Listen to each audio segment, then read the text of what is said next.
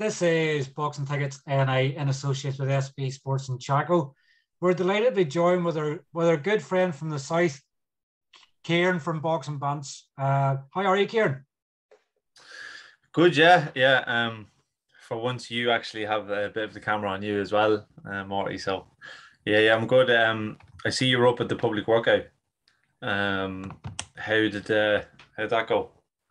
I think funny. I was actually speaking to Tyrone McKenna earlier on, and he actually didn't see me at the workout. I was because there's so many fights, I guess, on the card. We're in that sort of period where you don't want to be end up in the weigh-in day looking for interviews off people. I guess that's probably the code you sort of don't cross. But great crowd. Weather obviously stayed dry. And I guess probably a good thing to obviously see a public workout again in Belfast. It's been a year. Yeah. Like it's one of those things. It's kind of like the lads are kind of getting to. They're getting to like that tail end, isn't it, of their weight cuts. And I always feel like, at that stage, it's just kind of like, you feel like you don't know whether, like, either people want to do an interview with you or they want to punch you in the face. Do you know what I mean? Lucky enough, we still use a COVID 2-meter boundary so that they can sort of stand back a wee bit so you can prepare for it coming. Yeah. So it's just kind of like you're kind of trying to read a certain situation and I suppose their kind of personality as well. But as well as that, like usually it depends really on the fight that's going on. Usually the fight, the kind of talking is kind of really done. Unless it's something like Gary Cully and like Joe Fitzpatrick, you kind of seeing that it was a big fight for both of them, and like the tension was building and building as it got closer and closer. Do you know what I mean? So you're actually getting more out of them, getting closer to fight with, whereas other ones, a lot of them are just trying to lose weight, and they're just like, just let me just get on with it kind of thing. And especially when it's a routine fight as well, like. I sort of just want to mention, obviously, to anybody sort of tuning in, they're sort of going, why is two boxing YouTube pages and things linking up together, I guess. It's good for probably both myself and you that rather than us asking people the questions, people can obviously get to hear our views, probably unbiased in any way, sort of on what we think of the fight card. I guess it's something maybe new to both of us, probably in some ways. You've probably done more podcasts in your face out there than me, but thought for once would show that there obviously is a unity within Irish boxing, that everybody wants to help each other, and we're friendly. At the end of the day, people might think we're rivals, but we're good mates at the end of the day. We always have a good bit of banter. Oh yeah, no, I'd far from rivals anyway. I wouldn't say that. See, the thing is, like, and you like, better than anyone, like when you get into this, you kind of do it for one of a couple of reasons. You either do it just because you love the sport and you just want to kind of give it some sort of a platform in the country when no one really is, or you can try do it to try in some way get a job and get some sort of money out of it or make a living out of it. But like history will tell you that making money out of it is very few and far between, and you kind of have to make a decision. And I suppose at the start, when you start, you it's great, like, you meet all the fighters and all that, and it's like, this isn't what I thought it was. I didn't think it was going to be. I didn't think there was going to be no boundaries between me and the boxers, like so. But then obviously after a while, it's just more like you want to give people an opportunity, especially small hall shows. So that's why when, like, you yourself, I know irishboxing.com, like Johnny does make some money out of it, but he basically keeps it afloat himself, because it is the biggest platform for Irish boxers.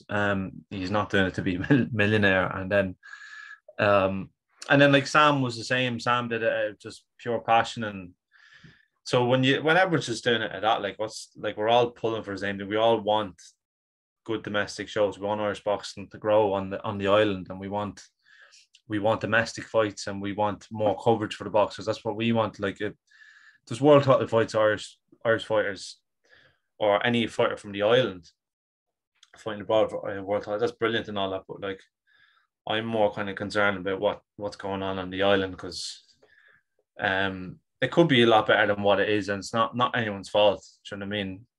That's actually boxing at the moment, but yeah. So like you're saying there, like it's never going to be a a rivalry thing. Yep. Yeah. Like, and the thing is, like, when there's really, really, really big fights. So like you think of the Fela, like the first year when there was like BT involved in it, and it was just huge, and like we'd never seen anything like it. You don't really worry about those things because you know it's going to get plenty of coverage. You know there's going to be like IFL, Boxing Social, all these things, but so it's not really like it doesn't really concern me or anything like that, you know. I guess probably the best place for us to start, and obviously our preview of Colin Moraga is probably starting at the top of the main bill.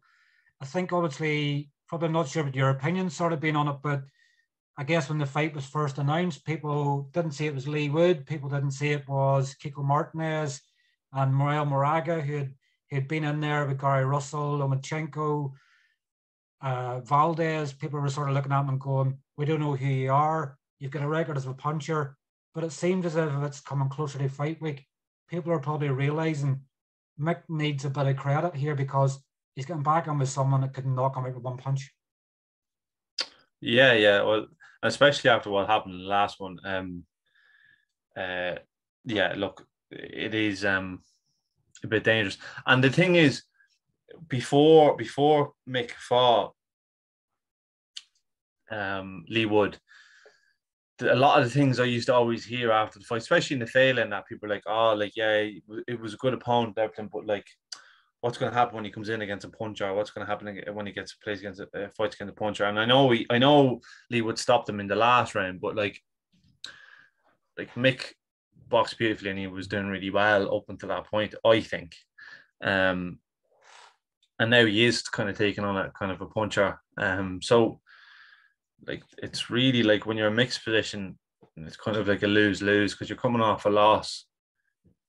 So it's like either people want to see you just go straight back into an acid test or a ranking fight, whereas he's kind of taking on someone that isn't really bringing that much to the table, but he's a dangerous fighter. Like, so not bringing much to the table in terms of like credibility. Do you know what I mean?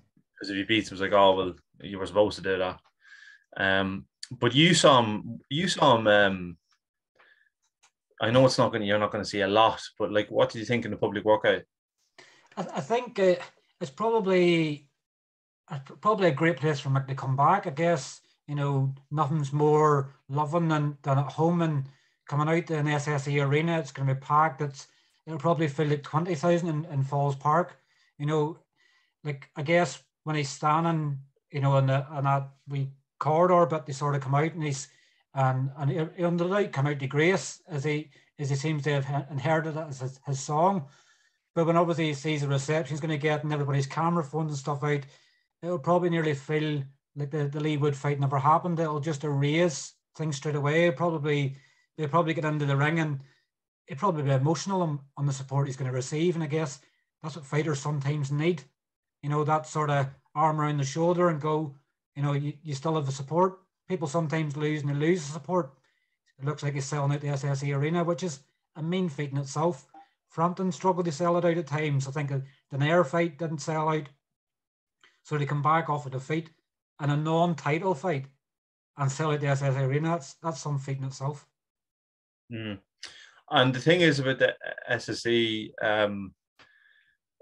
I kind of like about venues like that is, and I remember Johnny and Joe saying this in their podcast during the week, how you kind of have no choice but to kind of watch it because in the Fela, when it's out in the Falls Park, it has that kind of almost like a festival atmosphere where you can go behind the bleachers and go to like food stalls and all this stuff. So there's like thousands that aren't actually watching for periods of time.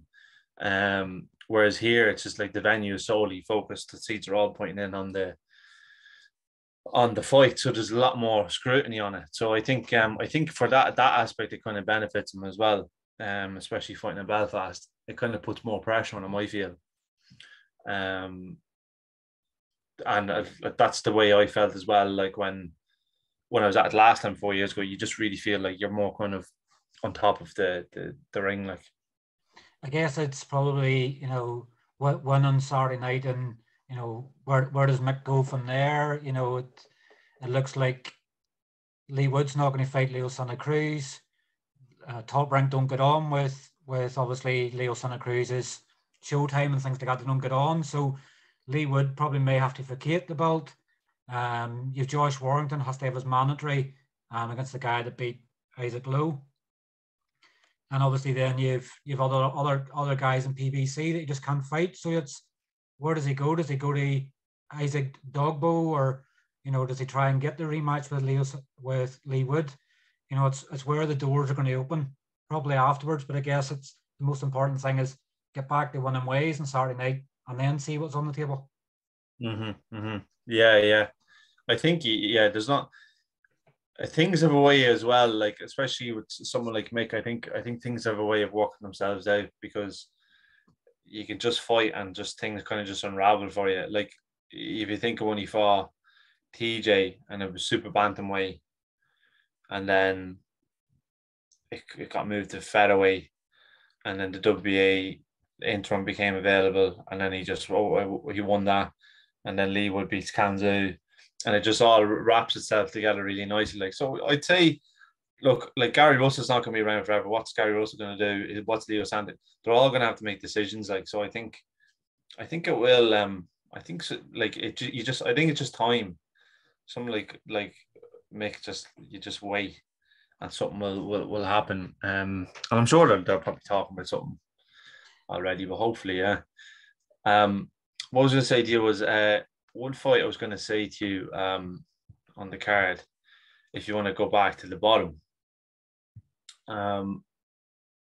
that's one that's kind of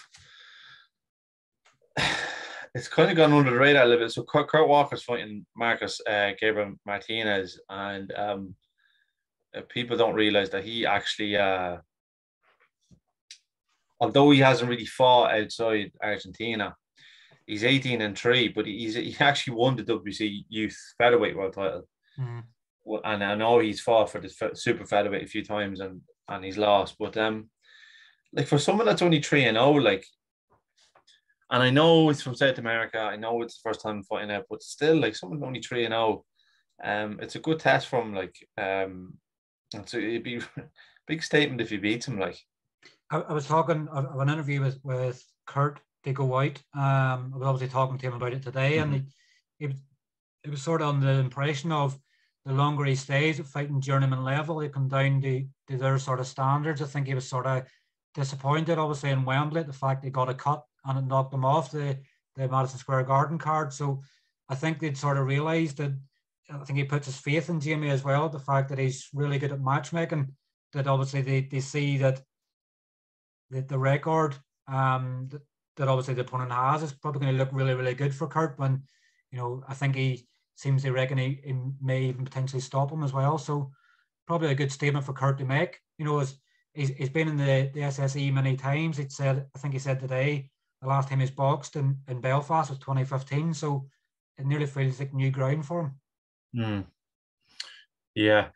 And I suppose, like, as someone as high of a level amateur as him, when they turn over, you just wonder sometimes, like, when they're fighting journeyman and the person isn't trying to actually hurt you, like, I suppose that can be a lot to take when you're doing a 4-rounder with someone who's trying to survive, and a 3-rounder with someone who's such high level. I suppose that's very hard to adjust to. I see Fergus Quinn. Fergus Quinn's one that's really gone under the radar, like really, really, like he always has, because that's just his personality. But I see he's fighting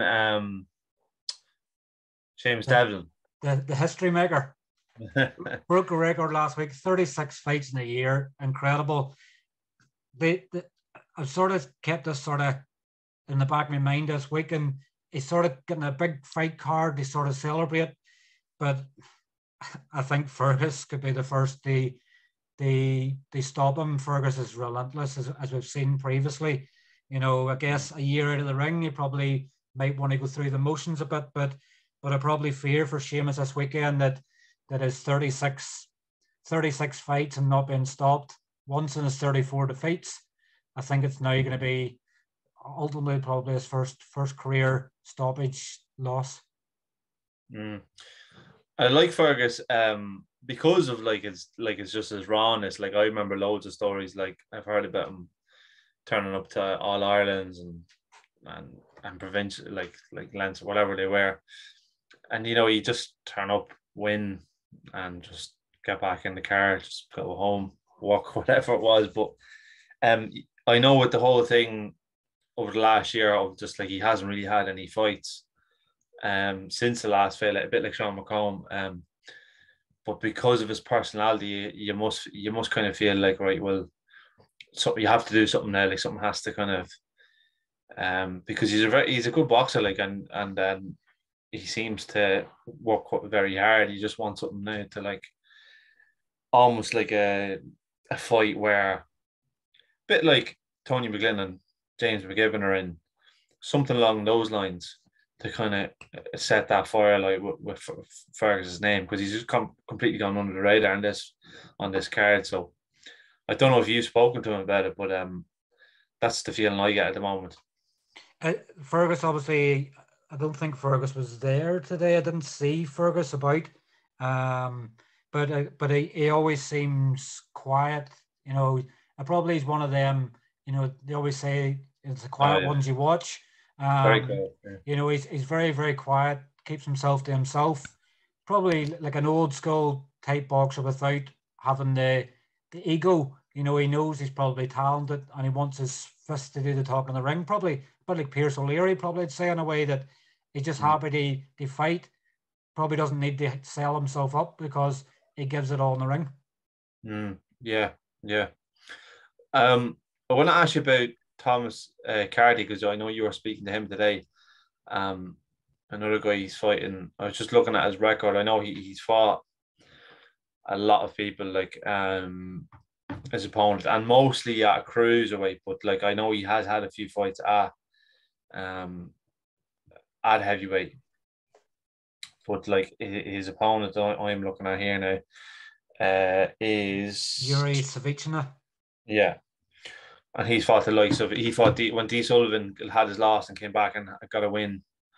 And he had 2 back-to-back fights with Tommy McCarthy, Jack Massey. Jesus, a lot of fights. What did Thomas tell you? I think I saw your interview. You talking about the Irish title again, but what really is it? What's his aim for after this? I think he's sort of more. He probably understands that 4 fights pretty much probably should be having more. I think when you're a young heavyweight and you're sort of not really taking any punishment, probably he could fight nearly every 2 months, sort of thing. Have the fight, take a week off, back in the camp and go again. I guess it's probably in some ways he's moving along at the right levels. He's building a fan base, speaks very well. Obviously he's never shy around the camera. He's always looking to sell himself and things like that. And I guess, I've seen Yuri Savichina fight Tommy McCarthy twice. First time around, Tommy McCarthy I think he's preparing for Reactor, I think, potentially. So Tommy just went through the motions in the Ulster Hall. And then obviously after the defeat, he fought Savichina again and destroyed him.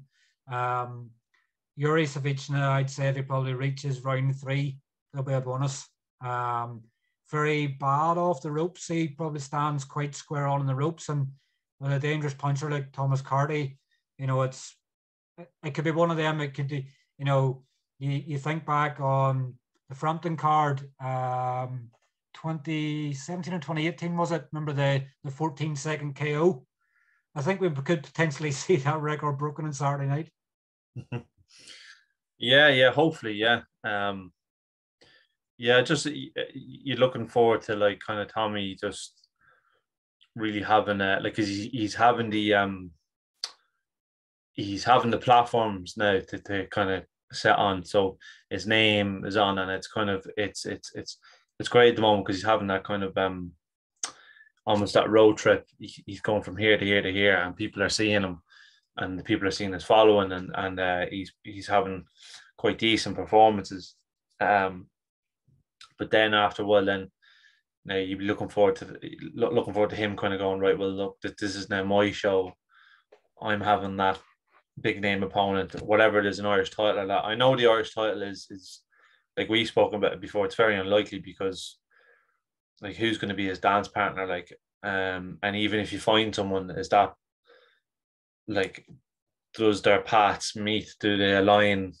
Is the other person going to have enough fights to fight Tommy? And like everything has to work out perfectly. Like so, so I know that, but like I'd be looking forward to. I know he's only 4-0, like, but hopefully, probably in the next year and a half, he could maybe have a really good like an 8 rounder against a decent domestic opponent or something like that. That'd be really interesting. Because he could like he says, like he could headline the show in Ireland, like he could, like, and he seems to have a lot of confidence in himself that he would do that, so it'd be great once that ball really starts rolling. But at the moment it's great, like, because he's really getting a lot of traction, like.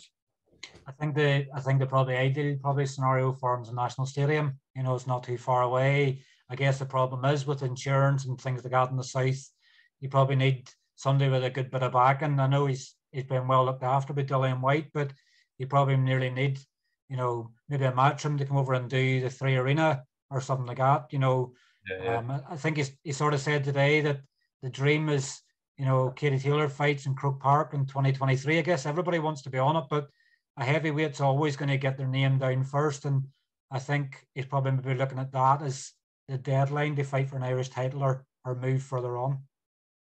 Yeah, I'd say so. Yeah, and look, if he doesn't fight for an Irish title, I wouldn't say it's the end of the world. I'd say it'd be much easier for them to find someone to fight him for a Celtic title, probably someone in I don't know, a decent name in Scotland, or probably have Nick Campbell, he's obviously the Scottish champion, but I think they've obviously sparred a few rounds previously, and I think the impression I sort of got that it's maybe not a matchup that could be made, but they're two big lads.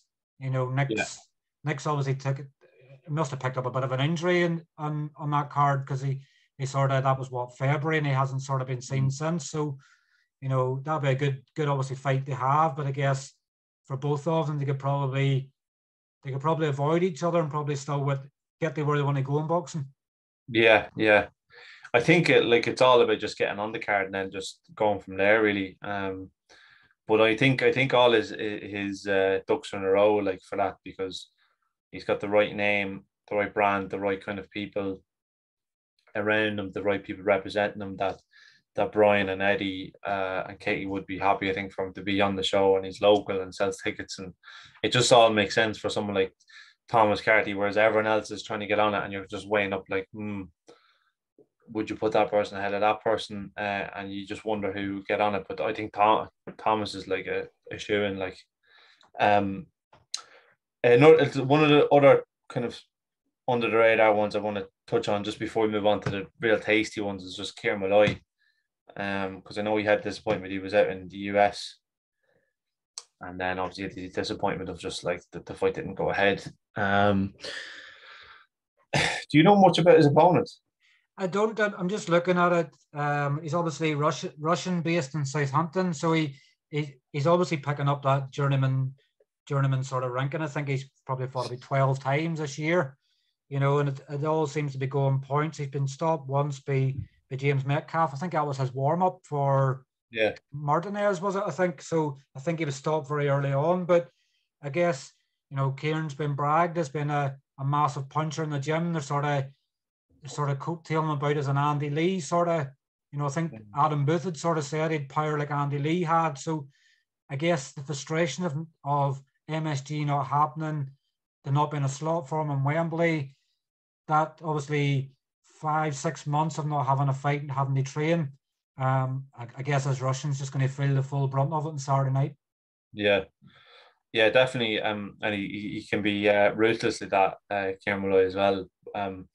The way he speaks, when you speak to him, he wouldn't come across like that. But yeah, you can definitely see he's kind of moving into the pro game very well. Like very like Paddy as well. Paddy moved into it well as well, but Kieran from the get go, you always thought he'd be very very suited for this pro game. Like um one's interesting one. So Sean McComb, his first fight back on fail it again, but like this is kind of like he's fighting Ramiro Blanco, who's from Nicaragua, but like a couple of fights that this fella's had kind of sticks out to me because number one, he fought Eusebio Sejo, um, and that was it. I think he lost split decision in 6 rounds. But Daco Garrity always tells me all the time. He says toughest fella I ever fought outside obviously Jono was Eusebio Sejo because he went on to fight. He got a draw with Kiko Martinez and he says he was the toughest geezer he's ever fought.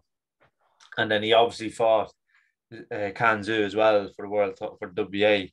But I know he was overweight for that weigh in, and he went the full distance though with Kanzu. Like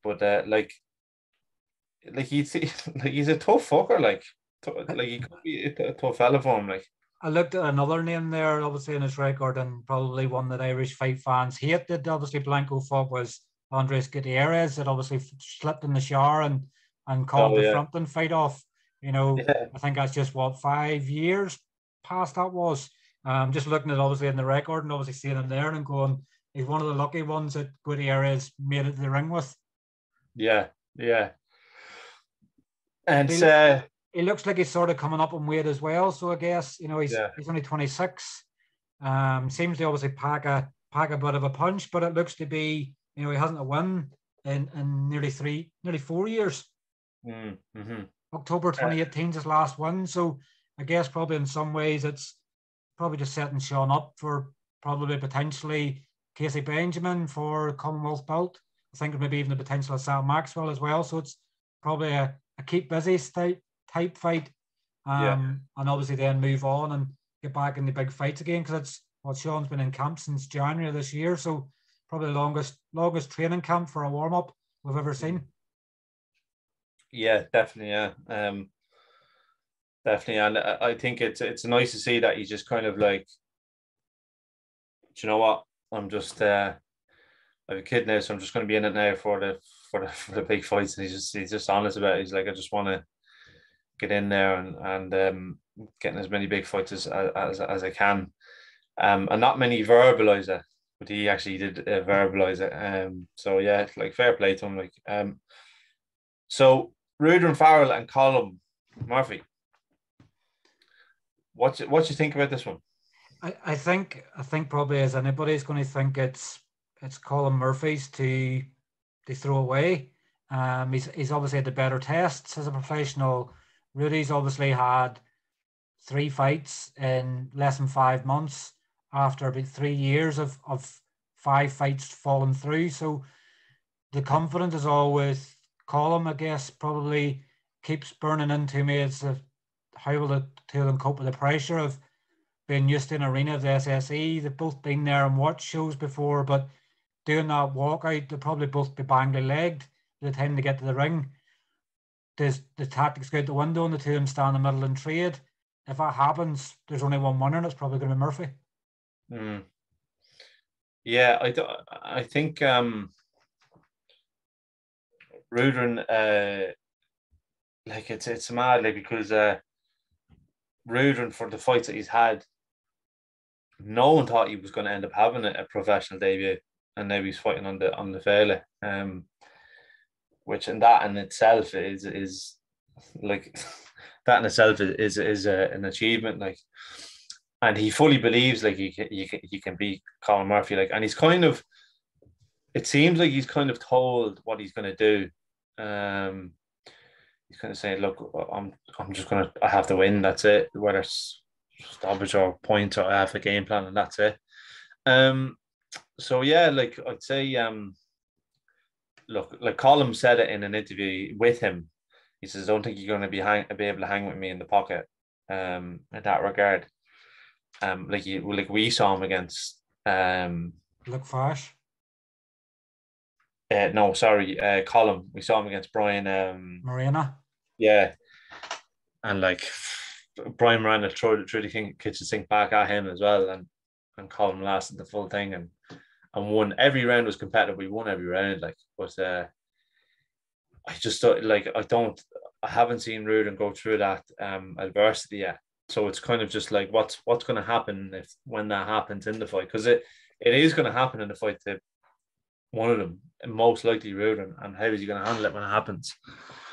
I think the Marina fight probably taught Colin quite a lot. You know, a pressure fight and everything else. You know, the Angel Gomez fight, you know, there was totally different. You know, you looked at Gomez versus Willow Hayden. That was a completely different fight, because I think Willow maybe had an injury sort of during the fight, but it was a totally different fight, and Gomez was getting picked off from distance, mid range, long range, just couldn't get anywhere near Colm at all. And I guess that, you know, confidence can take you so far. And if probably Rudy believes that he could probably stop Colm, it's one of them where it's, do you get too confident and walk into something, or maybe he's confident for a reason. Maybe he's picked up something that probably nobody else has seen, and he'll probably shock Belfast on Saturday night. You just don't know. Yeah, you have to remember as well, like, Colm's done more rounds, far more rounds. So I think that's going to stand to him, especially in an 8-round fight, like, for a belt. But yeah, Padraig McCrory is going to be obviously defending his WC belt that he won last year against Marco Antonio Paraban. You speak to Paddy a lot more than me. Like, Paddy must be very confident about this. It's like, I've obviously been friendly with Paddy for about 5 years, just after his pro debut, obviously on the Burnett card. But obviously recently, you're probably now seeing him believing in his ability. I think, you know, the period he's had with D Walsh, you know, they've had 3 stoppage wins in a row. I think he's had 7 rounds in 2.5 years, maybe longer. But it just seems to be that confidence is there. Like, I remember obviously on the field of last year, took a couple of rounds to get going. Gorokov was strong and sturdy, and then once he announced in, was it 3rd or 4th round, it was allowed to use the uppercut. That was it. It was nights out. Paraban's team, when they were told obviously who the judges were going to be for the fight to make sure they were okay, they were like, it's okay, we don't need judges, it's not going the distance. D obviously believes the same, it's not going to go the distance. Paddy obviously had said today that you don't go to overtime in boxing. He'd like to do a few rounds, but if obviously an opportunity presents itself, he knows he has to take it, because he needs to keep building his profile to try and get some of these bigger fights with Fielding and the likes. Yeah, definitely, yeah. And especially Paddy not getting younger, and he's kind of like in the position where he's like, right, where's the big fight going to happen now? Like he's waiting for it just to happen, kind of. And this is still a dangerous fight, like, for him, like. But look, I really hope he has another highlight knockout, because it's just, you can see it in him, like, how much every time he does it, like, it just increases his confidence every single time, like. So, and you can see he's that type of person. He needs that kind of assurance, that, like, extra bit of belief. So I really hope it works out from. Just really quickly, Paddy Donovan and Tom Hill. This is kind of like Paddy's, like, toughest test so far, as in a domestic level. Like, another one that's kind of like gone under the radar as well. Did you see Paddy today? Was Paddy there today? Paddy wasn't there today. I think he's finishing off camp probably. I'm not sure if he may be there tomorrow for the press conference, but I think some of them's not appearing to Friday morning. But I guess sometimes, you know, Paddy can just do Paddy things and just sort of turn up. He has the class and the charisma and everything else they got. Tom Hill's confident. You know, he coming off obviously a win over Rohan Dahi, where he was expected to come in as a away fighter and losing the Dubai, and he dropped Rohan Dahi and obviously beat him in points. So he's coming in with confidence. He he believed that Rohan Dahi was the number one in Ireland and Paddy Donovan's number two. So he wants to be an Irish slayer. But I think it probably, well, Paddy Donovan's probably best punch is a left hook to the body. You know, is that going to be another one that's an undoing for Tom Hill? Or, you know, does Paddy get tested a bit? Do we see what's really there? Yeah, it's hard to know because every time Paddy kind of steps up the levels, he just shows another level. And people always tell me that when they spar him, like Graham McCormack and all that, like Graham says, like you have to keep constant pressure on him, and that's the only way you can kind of feel like you're kind of in the fight. As soon as you give him any time and space, like he just picks it apart. What do you think? Paddy wins this. What do you think is next for him? Well, I think he's wanted a youth belt, hasn't he? Him and Edward have obviously both been wanting youth belts, and I think if he didn't have the hand injury, I think he may have had the youth belt by now.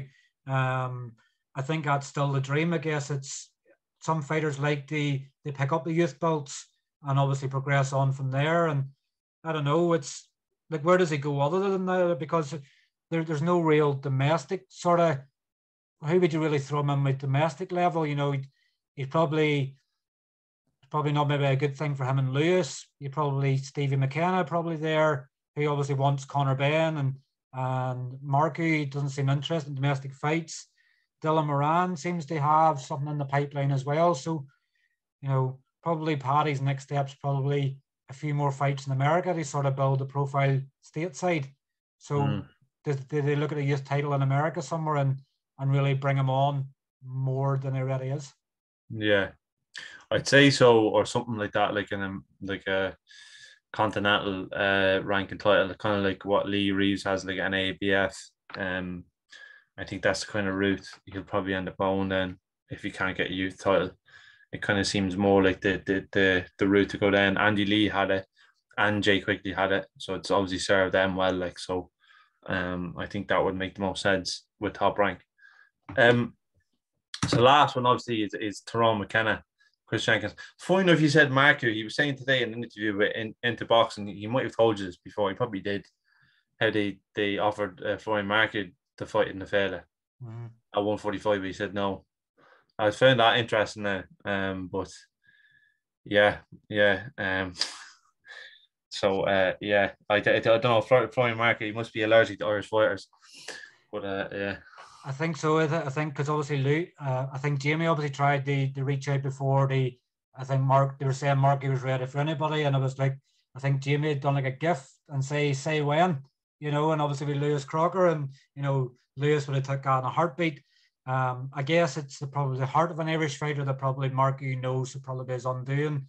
You know, you had Tyrone McKenna with his best punch and he laughs at you and comes forward. He'll break you down just by his mental toughness. You know, but I guess probably in some ways, I know that you sort of touched on about Tyrone as well, as revenge for Paddy Gall. Yeah.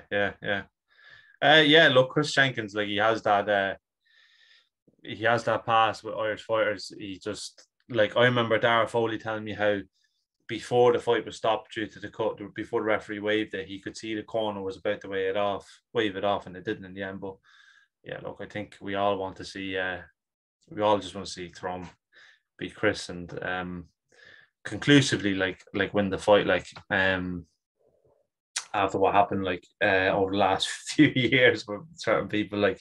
But it'd be interesting to see. People are talking about a war, like Tyrone mentioned a war, but I think Chris is going to try and box, I think, at the start. That's what I imagine. So I guess obviously that pretty much ties up the bill then. I think obviously action's maybe getting underway at 5 p.m. I think the first 4 fights are going to be covered on YouTube. And then it looks like underway at probably about 7 p.m. and on Fight TV. What day are you up on, Friday or Saturday, Kieran? I'll be up on Saturday, definitely. Friday, I'm not sure about that now. Just like you and just like yourself, I full-time work and pay a mortgage and whatnot. So it's not my part-time hobby, but like I will be there on Saturday. I'm looking forward to it, but I'll be there early from the start, obviously. So yeah, and that's the beauty of you and irishboxing.com and all that, doing going up there during the week, because you've got all the stuff that I would have got any, like, you know what I mean? Like it's one or the other, really, isn't it? So yeah. So yeah, I know you'll probably be up at the press conference tomorrow, I imagine, will you? And then Yeah, well, I guess the way we're sort of putting this out, that it'll be Thursday morning, just before the press conference, that it sort of goes out. Probably sort of sometimes, and hoping that not too many of the boxers watch it before the press conference and sort of getting pulled to the side and sort of going, you think I'm going to do this, you think I'm going to do that. I guess at the end of the day, people's going to either like what we say or they love it. You know, we can't please everybody. At the end of the day, we have to have opinions on what we think is going to happen in fights. We sort of haven't sat on the fence in any way. I don't think we've really sort of went in the predictions for any of the real domestic fights. I know probably maybe for Rudy and Colm, I guess it's probably that unknown for James and Tony. But at the end of the day, we have to have opinions as fans as well. And I guess fighters have to respect it. We're obviously going to pick someone that's going to maybe win a fight. You know, not that we're picking any bets to win any money, but we're always going to have a favourite who we want to win and not sit in the fence. Yeah. Like obviously it's different for some fights. It's different sometimes for like each of us personally, maybe because, like for instance, like Graham and Dominic. Do you know what I mean? To me, like I did want to see either of them lose. Not that I wanted to. I did want like Graham to be Dom or Dom to be Graham, but you know, you knew someone was going to lose. Do you know what I mean? So that was sad thing. But yeah, look, in our head we always have an idea. Like I fancy this person to win. I fancy this person to win. But sometimes it's hard to verbalize that too much. You know what I mean? Yeah. I've got asked a couple of times, like, you know, I'm interviewing someone and they go, like, do you know, how did you score the fight? And then I'm just thinking, like, how do I answer this? So yeah. I'm It's sure one of you've them had that. ones. Sometimes it's like they tell the truth and maybe sometimes get a bit of backfire back from them, or they might just go, I appreciate your honesty, you know. Yeah. You know, I guess it's the relationships you sort of that we can try and build with fighters. Sometimes we probably know, can I be honest with this person? What sort of mood are they in? You know, can I get away with saying this? Or they just go, I agree with what you scored it yourself, sort of thing, and go, I'm lying to myself, you know. Yeah, definitely, yeah. Yeah, no, well, it was nice catching up anyway. Morty, always. It's nice for us to just have the chat about the fights. 'Cause sometimes we're like, oh, come on, please talk about these two lads fighting. Like so I mean, you're all missing this. Like, this is going to be a good one. Like, do you know what I mean? So yeah. Like my friends are coming up with me, but they obviously have bought their own tickets and they'll be watching it themselves. But I was telling, because they were like, oh, we might go to the pub before, and I says, look, this fight and this fight, just don't miss them ones. Like, oh yeah, I think I will go in early for them. So yeah, that's the kind of the angle that you and me have, other than other people. We were there from the start, and you need to go to the toilet, but you don't want to go to the toilet because you'll miss some of the action. You can't have a drink because you're going to need to go to the toilet. You don't want to eat something because you don't want somebody to hear you. It's like being in the cinema. And I guess it's the things that people don't see, that what the pain that we have to go through. And yes, we get the privilege of probably sitting ringside or get the interview fighters straight after a fight, but we have to obviously sit there and make sure we don't miss any of the action, because we like to try and report it as well. Yeah, and especially like when you're not getting paid. And not that, like, I don't, like, the couple of times I've been offered like not big sponsorship or anything like that, but like just something maybe to cover expenses and that, and it doesn't really to me it's just like, is it going to make a massive difference in what, like, do you know what I mean? It's just, I kind of like the authenticity of it, but people don't see it then after the fights. Like Con and Michael Con will go back into the dressing room and then we'll wait and then we'll have the interview, and who's going to go first? You're always nice enough to let me go first because you know I have to drive home, and then I'll probably get home at 1 o'clock in the morning. Then I'll start editing a couple of videos, but then usually I start to fall asleep, so I can't put up and then anymore. you're going that time where I've actually given you, by the time you get home, you're going, how do you get all these up? You know, it's like a Yeah. That's why I'm never in too much rush to get them up as well, because I know, look, I'll put up the ones that kind of really hit home with people, and then the other ones I'll put them up the next day. But I guess it's it's just like when you it's you're hoping you get the purists sort of straight away want to hear something before they go to bed. yeah They've had excitement, don't want to go to bed, or do you put them up first thing in the morning and get people when they wake up hungover and probably trying to remember, was I at the boxing last night and what happened? Oh, such and such one, you know, because it's in an interview. yeah, like, when Graham won, it's like that. If you're going to go to bed with one up, like that, like it's Graham talking about it from where he's come from, and that's obviously the one you have there. But when you're really, really like struggling with sleep, like it's yeah, the last thing you're thinking, right, I'm going to edit this 3-0 guy who beat up a 0 and 100 lads. I'll leave that for the morning, but yeah. But obviously we'll people be glad, you know, we're going to sort of cut it here. We obviously would love to hear obviously your thoughts and obviously what you thought of a review. If you obviously disagree or agree with any of the matchups and the fights.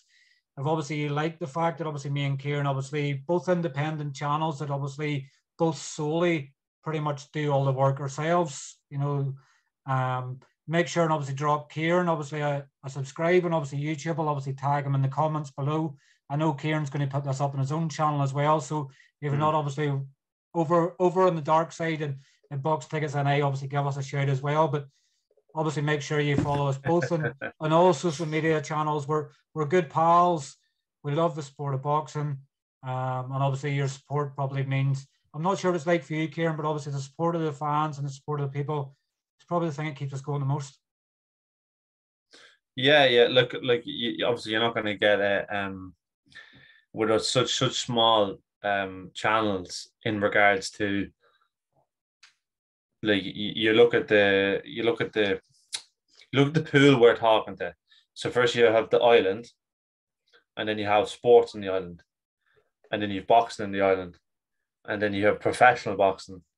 So we have such a small pool that we're reached. So like when a few people do actually, like either just reshare stuff or like especially boxers on the way up, if they always reshare stuff like that stuff, you always remember that, like, and then you can see certain ones, they get to a certain point and then they stop, but other ones will always give you time, or just people giving you just the odd like fair play. I really appreciate, or like I really enjoyed that. You know what I mean? So yeah, I'm sure you're the same as well. That kind of keeps me going. Like or like, you do an interview sometimes and you go, that was really, really good. I really enjoyed that.